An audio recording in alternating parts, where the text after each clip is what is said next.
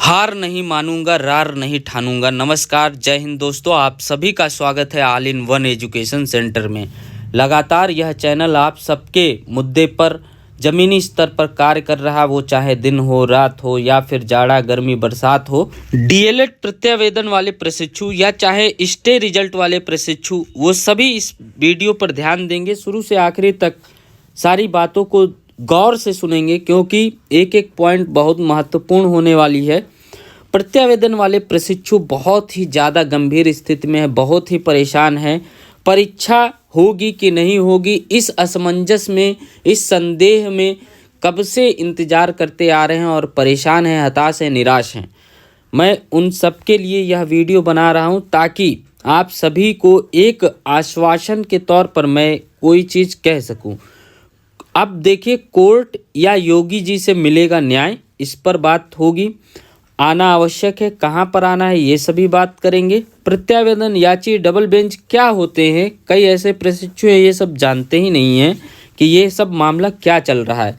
तो ये डीएलएड के लिए सारी बात हो रही है। कल के लाइव सेशन में लगभग 1 घंटा 10 मिनट तक मैंने चर्चा की थी और उन सभी का धन्यवाद जो लाइव सेशन में जुड़े थे। लगभग वह वीडियो 6000 के ऊपर देखा गया। चलिए अब समय व्यर्थ ना करते हुए मेन मुद्दे पर आते हैं। 12 तारीख क्यों है आप सबके लिए विशेष, इस पर बात करेंगे। उससे पहले कुछ फीडबैक बताते हैं कि 5 जनवरी को हम सभी शिक्षा मंत्री आवास पर एकत्र थे। यहाँ पर आप देख सकते हैं रात के 8 बजे तक सभी वहाँ इंतजार करते रहे ताकि शिक्षा मंत्री से तिबारा मुलाकात हो पाए। कई लोग कह रहे थे शिक्षा मंत्री से मुलाकात ही नहीं हुई। ये देखिए, हम शिक्षा मंत्री के सामने ही खड़े हैं और ये सभी प्रशिक्षु जो आपको दिख रहे हैं ये प्रत्यावेदन मुद्दे पर शिक्षा मंत्री से बात कर रहे हैं। एक बार नहीं, 2 बार हमने उनको एप्लीकेशन दी, जो वहाँ गए हैं वो सभी जानते हैं। उससे पहले 1-2 दिन पहले हमने वहाँ धरना किया था एससीईआरटी पर। लगभग सैकड़ों लोग वहाँ पर एकत्र हुए थे, लेकिन यह यूनिटी देखने को मिली उस दिन। उसके बाद जब बुलाया गया 5 जनवरी को, वो ये यूनिटी देखने को नहीं मिल पाई। कई लोग यूनिटी तोड़ने का कार्य किए ताकि मुझसे लोग जुड़ ना पाएँ और मेरे इस संघर्ष में साथ ना दे पाएँ। मैं पूरा आश्वस्त करना चाहता था कि 5 जनवरी को सभी वहाँ पर एकत्र होंगे तो हम ज़रूर सफल होंगे, हमें परीक्षा देने को ज़रूर मिलेगा। आपको बताते चलूँ कि आपके मुद्दे के लिए लगातार 3 बार मैं उप मुख्यमंत्री डिप्टी सीएम ब्रजेश पाठक जी के पास गया। इस मुद्दे को लेकर वहाँ पर भी बात करी और सारे मुद्दे को मैं 3 बार बताया। प्रशिक्षुओं के साथ गया, 1 बार अकेले गया और सारी बातें वहाँ पर मैंने बात करी। देखिए, यहाँ पर प्रशिक्षु हैं, मैं बैठा हूँ, यहाँ पर विपक्ष में भी मैं गया ताकि आपका मुद्दा कहीं से भी बिगड़े नहीं और मामला बन जाए। तो यहाँ अगर सरकार नहीं सुन रही थी, पक्ष नहीं सुन रहा था, तो मैं विपक्ष पर गया। विपक्ष में शिवपाल यादव जी जो कि समाजवादी पार्टी के महासचिव हैं, उनसे इस बात पर चर्चा की। उन्होंने कहा मैं सदन में इस मुद्दे पर बात करूंगा। ऐसी भी बात हुई है और देखिए अभी शीतकालीन सत्र है, इस मुद्दे पर भी वहाँ बात होगी, चर्चा होगी। और यहाँ पर आपको बताते चले कि प्रत्यावेदन क्या है, डबल बेंच क्या है और याची क्या है। आपको बता दें, एक अनुरोध पत्र होता है, एप्लीकेशन होता है जो हम एससीईआरटी पर आज तक लखनऊ में जमा कर रहे थे, वही प्रत्यावेदन कहा जाता है। याची क्या होता है, जब आप किसी केस में किसी चीज़ से परेशान हैं तो आप कोई रिट डालते हैं, कोई केस करते हैं, तो उसमें पिटिशनर के रूप में आप जाने जाते हैं, आप याची के नाम में जाने जाते हैं। और जो याची होता है उसे लाभ मिलने की संभावनाएं सबसे ज़्यादा होती हैं। अब आपको बता दें कि 12 तारीख विशेष क्यों है, क्योंकि 12 तारीख को एक तरफ केस की सुनवाई हो रही होगी तो एक तरफ हम सभी प्रशिक्षु गोरखनाथ मंदिर गोरखपुर में योगी आदित्यनाथ जी से मिलने जाएंगे। वहाँ पर आप सभी 11 तारीख रात को ही पहुँच जाएंगे या 12 तारीख सुबह 4 बजे तक कैसे भी पहुँच जाएंगे।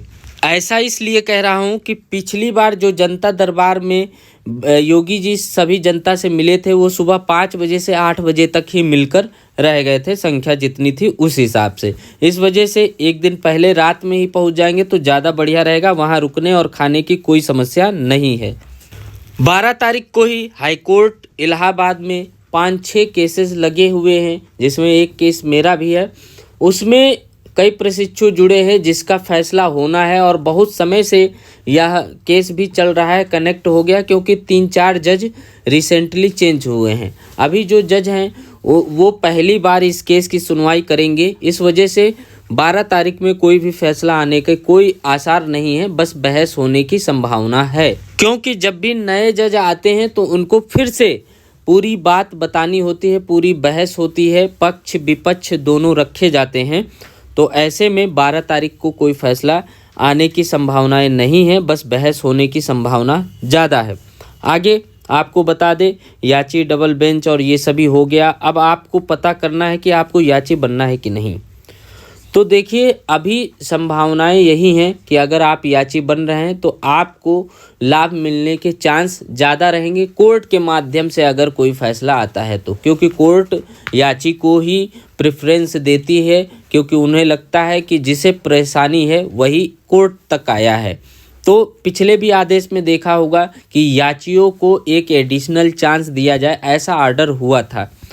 तो आगे की बात, कई लोग ऐसे कह रहे हैं कि याची बना दीजिए, याची बना दीजिए। अभी मैं 12 तारीख तक का इंतज़ार करूंगा। जब तक योगी जी से हम मिल नहीं लेते तब तक हम याची बनाने का कार्यक्रम नहीं करेंगे, क्योंकि हम नहीं चाहते किसी का पैसा बर्बाद हो या फिर समय बर्बाद हो। कोर्ट माध्यम से थोड़ा सा समय लग सकता है, इस वजह से मैं चाहता था कि प्रशासन और शासन के माध्यम से आपकी परीक्षाएं हो जाएं, आयोजित हो जाएं और इसी परीक्षा में हम बैठ जाएं। अदरवाइज अगर ऐसा नहीं हो पा रहा है 12 तारीख को, तो हम कोर्ट के माध्यम से जल्द केस एक और रिट डाल देंगे और फिर जल्दी से जल्दी केस की सुनवाई होने के बाद हम लोग वकील साहब से यही बात कर लेंगे कि जल्द से जल्द परीक्षा कराने की बात कही जाए और आर्डर ऐसा हो कि सभी को मौका मिल जाए। और ऐसा आर्डर होने पर आप सभी जो याची होंगे उनको लाभ 100% मिल जाएगा। और यही कहा जाएगा 6 महीने बाद परीक्षा ना होकर, जो आने वाले ऑड इवन समय में परीक्षा होती है उसमें परीक्षा ना होकर आर्डर ऐसा किया जाए कि सभी सेमेस्टर के सभी प्रशिक्षु, चाहे एक प्रथम सेमेस्टर में हो, द्वितीय में हो या फिर किसी सेमेस्टर में हो या किसी बैच के हो, सभी को एक साथ परीक्षा अलग से करा दी जाए। ऐसा आर्डर पास कराने की बात कही जाएगी। और इतना समय और इतना पैसा बर्बाद हुआ है तो इतना तो हमको हक है कि हमें समय जितना बर्बाद हुआ है और ज़्यादा समय ना बर्बाद होते हुए जल्द से जल्द परीक्षा हो जाए और उसमें आप सभी शामिल हो जाएं और उस परीक्षा को पास करके आगे अपना भविष्य तय कर सकें। तो इसलिए भी बात होगी और बात हो भी रही है। और आप सभी को आश्वस्त करना चाहता हूं कि आप सभी गोरखपुर ज़रूर से ज़रूर पहुँचें। मैं यहाँ से 250-300 किलोमीटर दूर गोरखपुर आ रहा हूँ, तो मैं उम्मीद करता हूँ कि आप सभी भी वहाँ पर आएंगे।